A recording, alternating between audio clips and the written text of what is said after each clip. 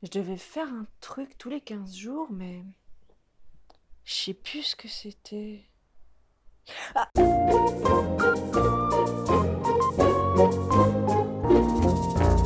sans transition, parce qu'on est déjà assez à la bourre comme ça, et aussi parce que pour tourner, j'ai dû éteindre le frigo, le ventilateur et la fenêtre. Enfin, la fenêtre, je l'ai fermée, je l'ai pas éteinte, mais vous comprenez le principe, et je suis en train de mourir de chaud. Voilà. Donc, tout de suite, la dernière fois, j'avais trouvé cette magnifique personne, n'est-ce pas, avec cette péninsule au milieu du visage, et ce petit chignon tiré à quatre épingles, etc. Et je vous avais demandé de me donner un nom, une histoire, etc. Alors ça, c'est toujours un régal de lire vos idées. Il y en a certains qui y vont de juste une petite phrase avec une idée lumineuse, et d'autres font carrément des pavés. Alors c'est vraiment super génial à lire, hein. Franchement, lâchez-vous. En plus, ça fait de la lecture pour, déjà pour moi, parce qu'il faut pas oublier que je lis absolument tous les commentaires, vraiment.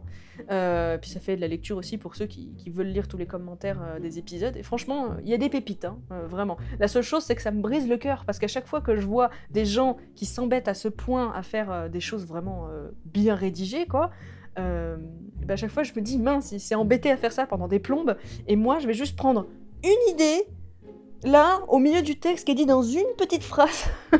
Bon, bref. Mais en tout cas, c'est un véritable bonheur à chaque fois de voir toutes vos idées. Donc du coup, j'ai pris certaines de ces idées-là, je les ai combinées, et voilà ce que ça donne.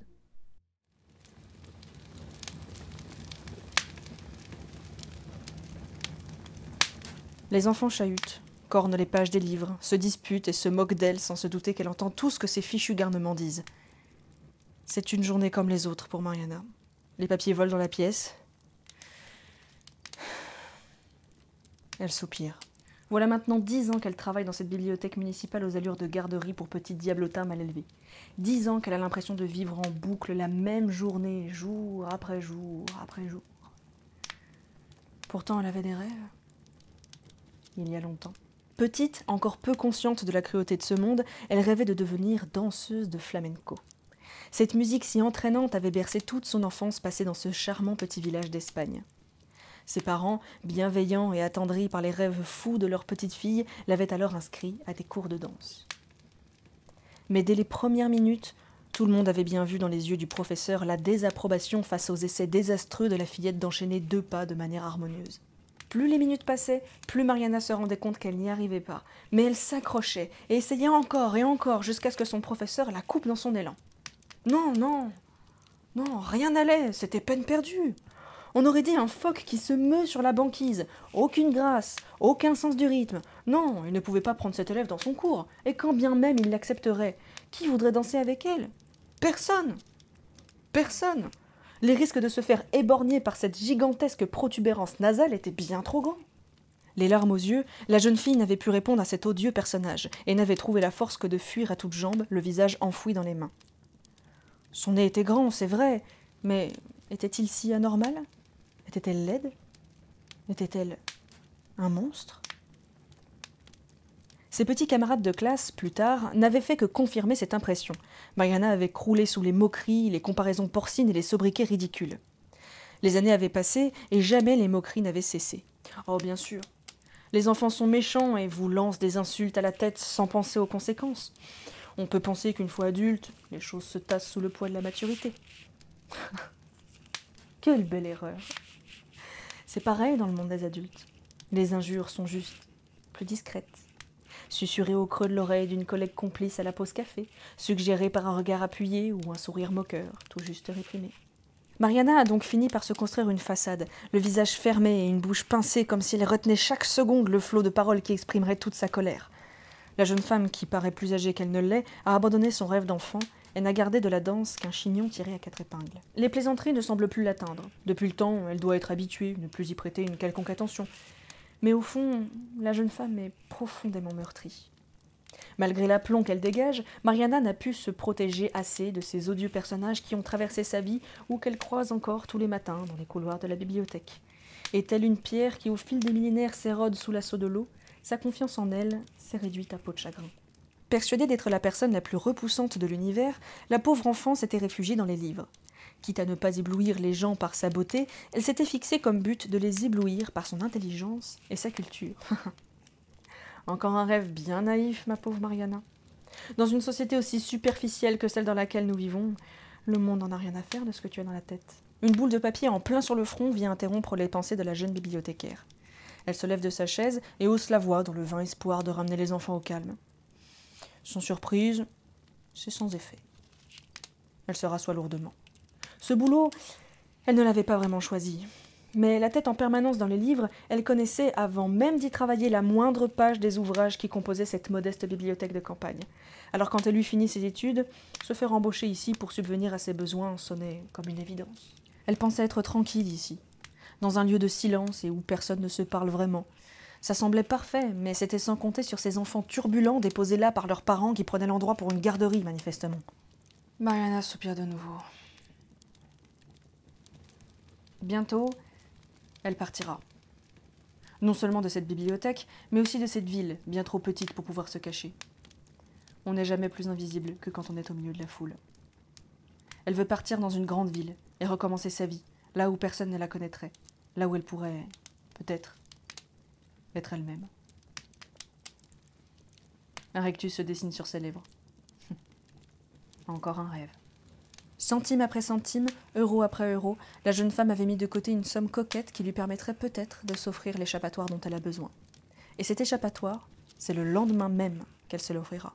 Tout est prêt, ses valises sont faites, sa démission posée. Ce soir-là, elle ferme la bibliothèque pour la dernière fois. Demain sera vraiment un autre jour. Le bus, le train, l'avion, le voyage est long pour s'offrir une nouvelle vie. Mais la voilà enfin devant la porte de la clinique. Mariana s'est toujours moquée de ces gens qui vont faire de la chirurgie esthétique pour plus ressembler aux stars dans les magazines. Se conformer au canon de beauté imposé par la pub, c'est à l'encontre de tous ses principes, et elle s'était jurée de ne jamais céder à ce genre de superficialité. Mais force est de constater que la chose qui trône au milieu de son visage lui a gâché la vie.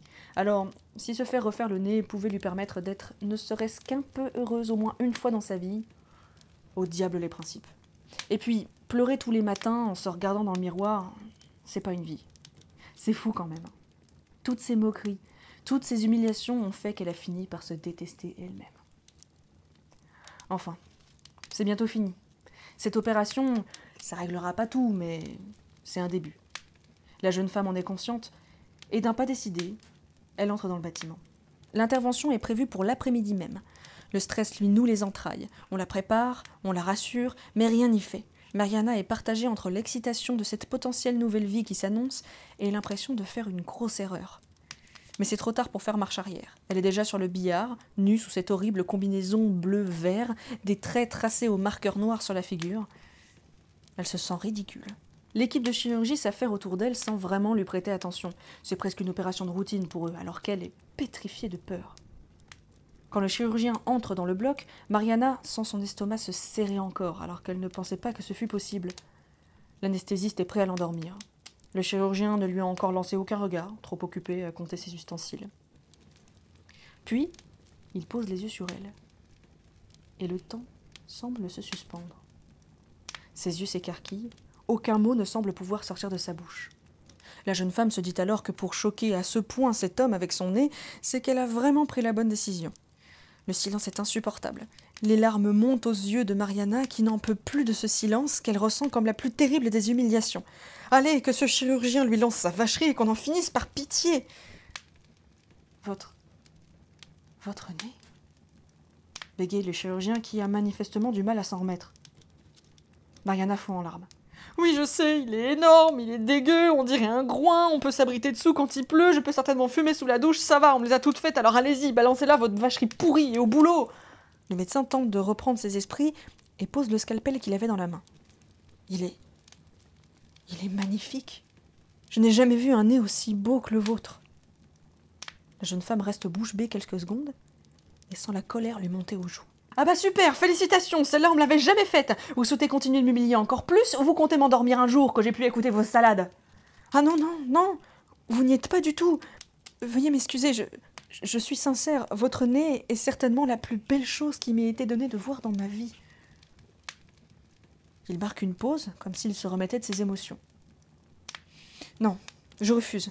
Je refuse de toucher à un si beau chef-d'œuvre. » Et en disant cela, il avait enlevé ses gants, faisant fi de l'équipe de chirurgie, complètement médusée devant cette scène surréaliste. Comme dans un rêve, Mariana s'est vue se lever du billard. L'équipe avait quitté le bloc passablement agacée face à ce revirement de situation. Mais à partir de ce moment-là, plus rien d'autre n'existait que ce chirurgien aux yeux humides d'émotion, et elle. Ils ont longtemps conversé. Enfin, c'est le médecin surtout qui parlait à la jeune femme bien trop sonnée pour pouvoir prononcer un mot. Hernando, c'était son nom, lui fit comprendre à quel point son visage était beau à ses yeux.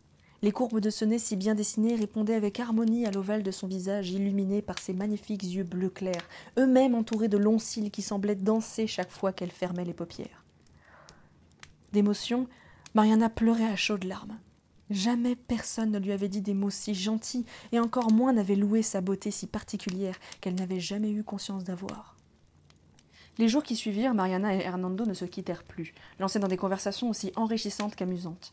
L'homme avait su voir en elle ce que personne d'autre n'avait pu déceler. Simplement parce que ses yeux devaient être mieux connectés à son cœur, cela lui a permis de voir la vraie Mariana. Son nez, bien sûr, comment aurait-il pu le rater, mais aussi la belle personne derrière. Depuis cette rencontre, Mariana a repris confiance en elle, apprenant à s'aimer un peu plus au travers des yeux de l'homme qui était censé lui faire un nouveau-né, mais qui finalement lui a offert bien plus précieux. Maintenant, elle ne pleure plus devant le miroir. Elle ne peut que remercier ce nez qui, après lui avoir apporté tant de malheur, lui a finalement déniché une personne qui sait voir avec son cœur. Ainsi gonflée d'assurance, Mariana s'est remise à rêver, s'est souvenue de ceux qu'elle avait abandonnés jadis, et s'est inscrite à des cours de flamenco. Oh, elle sait bien qu'elle ne sera jamais assez bonne pour en faire une carrière, mais au moins elle n'aura aucun mal à trouver quelqu'un avec qui danser à présent. Et ce, peut-être jusqu'à la fin des temps.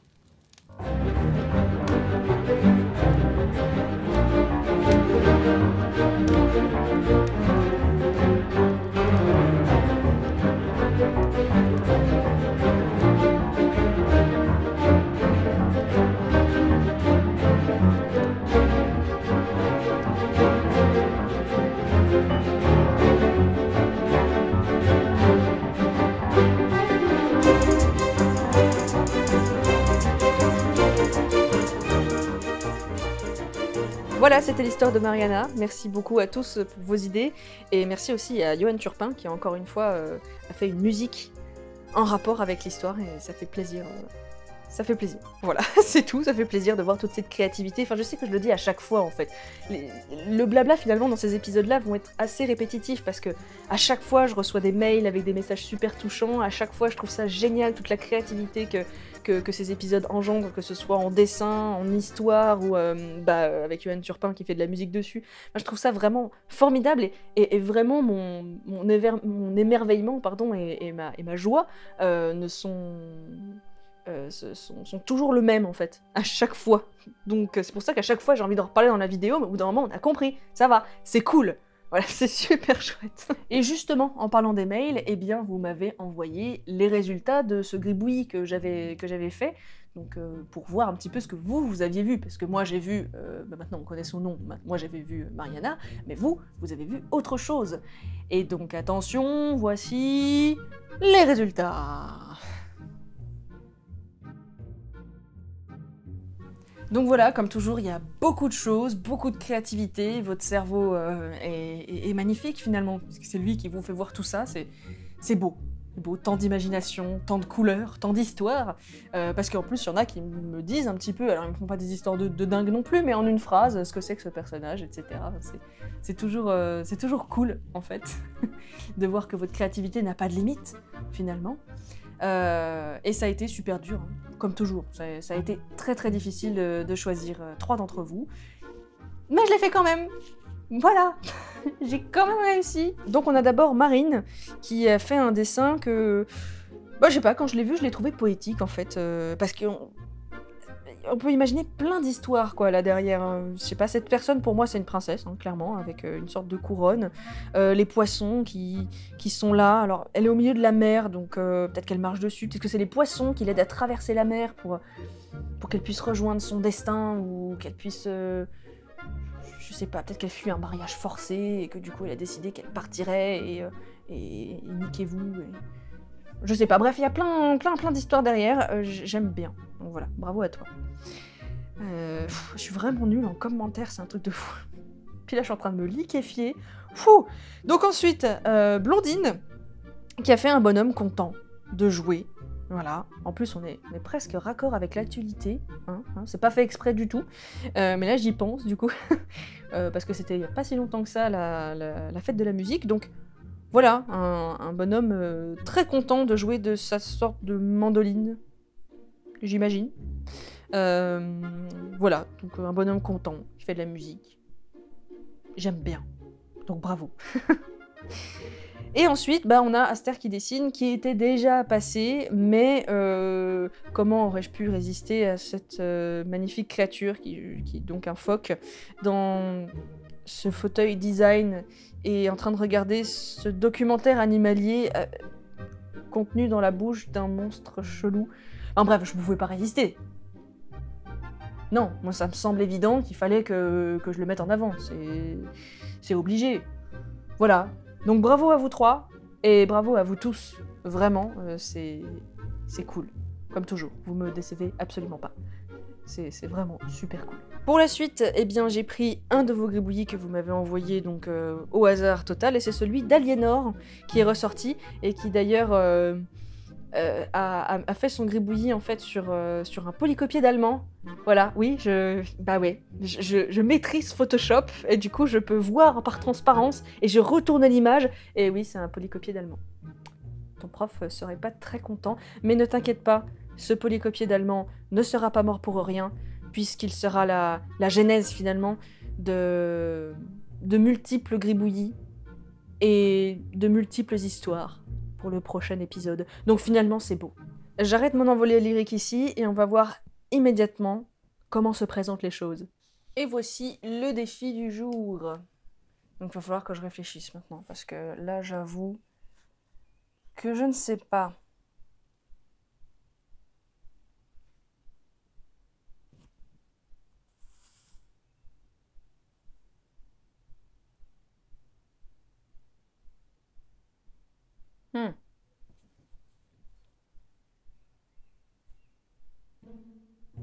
Eh ben en fait je sais. Donc c'est parti.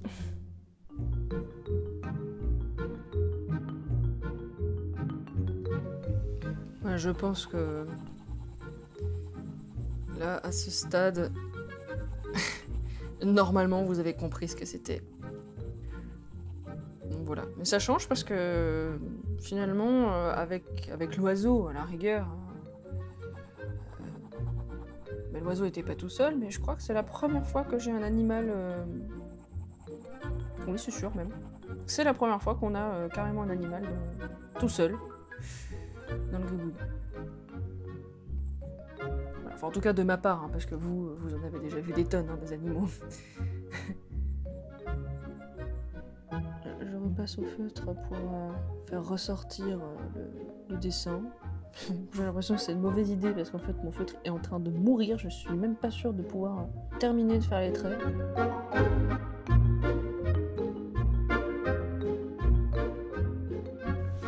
Et voilà. Alors oui, vous voyez comme quoi quand on fait des gribouillis, en fait on fait des choses qu'on ferait pas forcément habituellement, donc là c'est vraiment la preuve, parce que jamais, déjà je dessine pas trop de chiens. Voilà, j'avoue que je suis plutôt team chat, voilà, pour faire original, mais surtout pas comme ça, quoi. Il fait très très cartoonesque, je trouve. Et puis c'est assez rigolo parce que d'un côté on dirait qu'il est un peu méchant ou facétieux, et d'un côté il a l'air imbécile heureux. Je ne sais pas, c'est assez rigolo, je trouve qu'il a une bonne bouille, et je pense qu'il y a matière à faire, là, encore une fois. Voilà, donc la suite, vous la connaissez, n'est-ce pas? Quelle est son histoire? Quel est son nom? C'est à vous de me le dire dans les commentaires, me donner un petit peu votre version de l'histoire, etc. Et puis je piocherai dedans et je ferai une autre histoire pour l'épisode 9. Voilà. Donc je sens que ça va être cool. Et je sais pas, je l'aime bien. Une bonne bouille, non, je suis contente. Donc j'attends avec impatience toutes les histoires que vous allez nous raconter dans les commentaires. Et puis pour ceux qui ont peut-être déjà vu quelque chose d'autre dans le gribouillis que Aliénor nous a envoyé, eh bien je vais mettre comme toujours dans la description un lien pour pouvoir télécharger le gribouillis.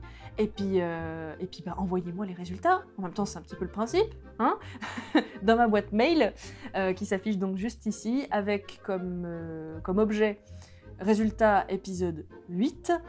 Et pour ceux qui veulent donner un autre gribouillis pour la prochaine fois, eh bien vous l'envoyez toujours sur cette boîte mail avec l'objet gribouillis épisode 9. Voilà, il va falloir que je me fasse un papier anti-sèche parce que plus ça va et plus je me paume totalement dans les numéros d'épisodes. Ça va être terrible. De toute façon, au pire, tout est marqué dans la description, hein, comme toujours, ça bouge pas. En tout cas, je vous remercie toujours chaleureusement pour toute la créativité en fait que vous envoyez, pour tous les petits mots dans les mails, tous les petits mots dans les commentaires aussi. Voilà, je les lis tous. Je réponds pas à tout le monde. Je réponds jamais par mail en fait, parce que sinon on n'a pas fini, donc je réponds jamais sur la boîte mail. Mais sachez que c'est lu et ça donne le sourire.